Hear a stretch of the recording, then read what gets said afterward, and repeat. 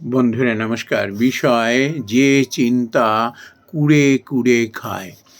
বন্ধুরা, আমরা বেশিরভাগ মানুষ আছি কোনো একটি কথা বলার পরে বা কোনো একটি কাজ করবার পরে বা কোনো একটা সিদ্ধান্ত নিয়ে ফেলার পরে আমরা পিছনে তার চিন্তা শুরু করে দিই। এটা এইভাবে বলেছি তো, ওটা ওইভাবে বলেছি তো, এটা ওই মানে করবে না তো, এটা ঠিকমতো বুঝবে তো। এই ধরনের নেগেটিভ নাকারাত্মক চিন্তাগুলো আমাদের উদ্বেগের মধ্যে ফেলে দেয়। এমন একটা পর্যায়ে গিয়ে কখন আমরা উঠি যে কারো সেরিব্রাল অ্যাটাক হয়ে যায় এটির খেসারত দিতে গিয়ে। বন্ধুরা, একটি কথা আছে, দেখবেন প্রচলিত কথা, যে ভাবিয়া করিও কাজ, করিয়া ভাবিও না। এটি যে কত বড় একটি মূল্যবান উপদেশ, আমরা এই নিয়ে চিন্তাও করি না আর এই নিয়ে ভাবিও না। যখনকার চিন্তা তখনকার, এরকম আর কি।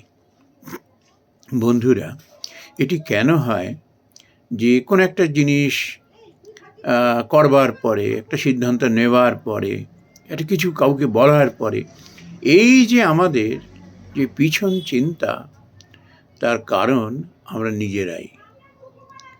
এর মূল কারণ আমরা নিজেরাই, আমাদের নিজেদের দোষেই এটা এরকম ঘটে।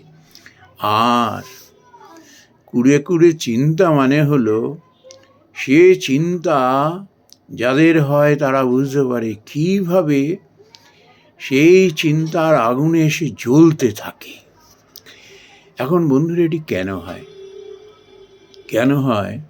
তার কারণ হলো কি, আমরা বেশিরভাগ মানুষ করি কি, সততার সঙ্গে আমরা সত্য কথা বলতে পারি না, আমরা অকপটে কথা বলতে পারি না, আমাদের সৎসাহসের ভীষণ অভাব।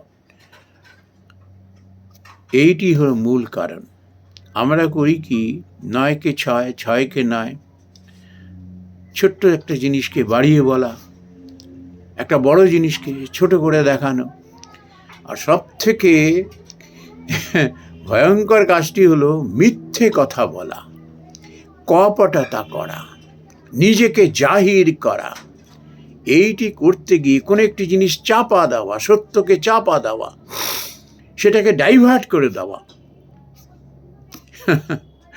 এটি হলো এর মূল কারণ। একজন খুব নামকরা বিচারপতি একটি কথা বলেছিলেন যে কেউ যদি সত্য বলার অভ্যাস একবার তৈরি করে ফেলতে পারে না, সে কখনো পিছন ফিরে চাইবে না। তার কারণ সে জানে সে সত্যই বলেছে। তার মধ্যে এমন একটা আত্মবিশ্বাস প্রবল হয়ে ওঠে, সে জানে সে সত্য বলেছে এবং বলেও সত্য। তো সেই বিচারক বলছিলেন, এমন মানুষের কখনো দুশ্চিন্তা হয় না। বন্ধুরা, আমার বাবা একটি কথা বলছেন যে দেখো, তুমি যদি এইরকম অভ্যাস তৈরি করতে পারো ওই বিচারপতির মতো, যে মাথার উপরে খাড়া ঝুলছে কিন্তু যে কোনো মুহূর্তে তোমার ঘাড়ের উপর নেমে আসতে পারে, কিন্তু তবুও তুমি সত্য থেকে বিচ্যুত হওনি, সত্যকেই আঁকড়ে ধরে রয়েছ। কত উপাখ্যানেও তো দেখি সব কিছু ছেড়ে দেওয়া যায়, সত্যের জন্য সব কিছু ছেড়ে দেওয়া যায়, কিন্তু কোনো মতেই সত্যকে ছেড়ে দেওয়া যায় না। এটি অভ্যাসের ব্যাপার। দেখবেন যে মানুষ সত্য কথা বলে, অকপটে কথা বলে, কখনো লুকোয় না সত্য জিনিসকে, কখনো নিজেকে জাহির করে না, ছোটকে বড়, বড়কে ছোট করে দেখায় না, 9কে 6, 6কে 9 করে দেখায় না, এই হীন প্রবৃত্তি যার মধ্যে নেই, সে কখনো কিন্তু যে কোনো জায়গায় সে থাকুক না কেন, সে যদি মনে করে এই কথাটি বলার পরে তার শাস্তি নেমে আসতে পারে, তবুও সে অকপটে সেই সত্য কথাটাই বলবে। এই জন্য এইসব মানুষ যখন কথা বলে একটা সিদ্ধান্ত নিয়ে ফেলেন, কাউকে কিছু বলে ফেলেন, কোনো একটা বিষয়ে এসে যখন একটা চরম সিদ্ধান্ত নিয়ে ফেলে, একটা কাজ করে ফেলে, সে কখনো আর পিছন ফিরে তাকায় না, একেবারে নিরুদ্বিগ্ন থাকে। এইসব মানুষ কখনো টলে যায় না, কোনো কিছুর দ্বারা সে ভীত হয় না। তার মধ্যে এমন সাহস হয়, গায়ে জোর থাকলে আর অনেক পণ্ডিত হয়ে গেলাম, অনেক লেখাপড়া শিখলাম, অনেক ডিগ্রি আছে, আমার পেছন পেছন অনেক সিকিউরিটি আছে, আমার পেছন অনেক লোকবল আছে, ও সাহসের 1 পয়সা দাম নেই, 1 পয়সা দাম নেই।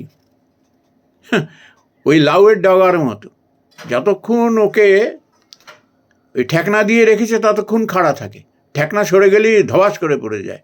তো ওইসব মানুষগুলো এরকম।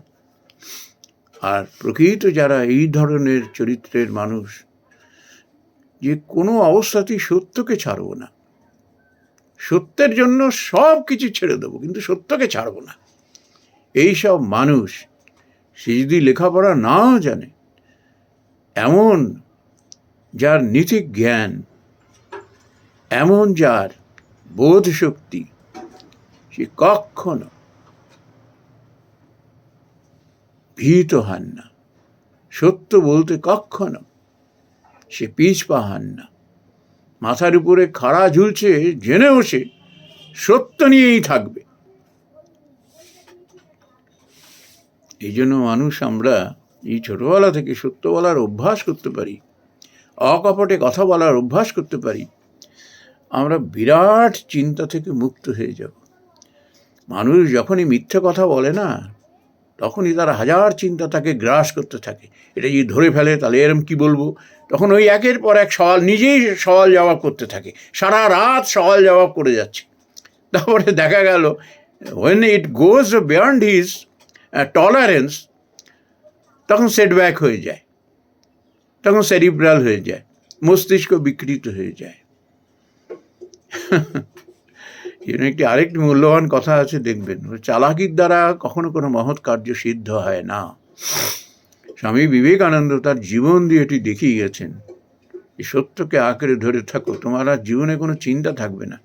নাইবা তোমার সম্পদ থাকলো, নাইবা বড় বড় ডিগ্রি থাকলো, নাইবা লোকবল থাকলো, নাইবা অর্থবল থাকলো, কিচ্ছু ভয় নেই, তুমি জীবনে একজন সুখীতম মানুষে পরিণত হতে পারবে।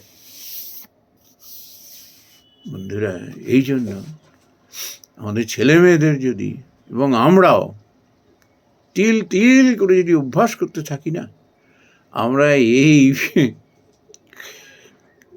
দুশ্চিন্তার হাত থেকে, উদ্বেগের হাত থেকে চিরতরে মুক্ত হয়ে যেতে পারবো। নমস্কার বন্ধুরা।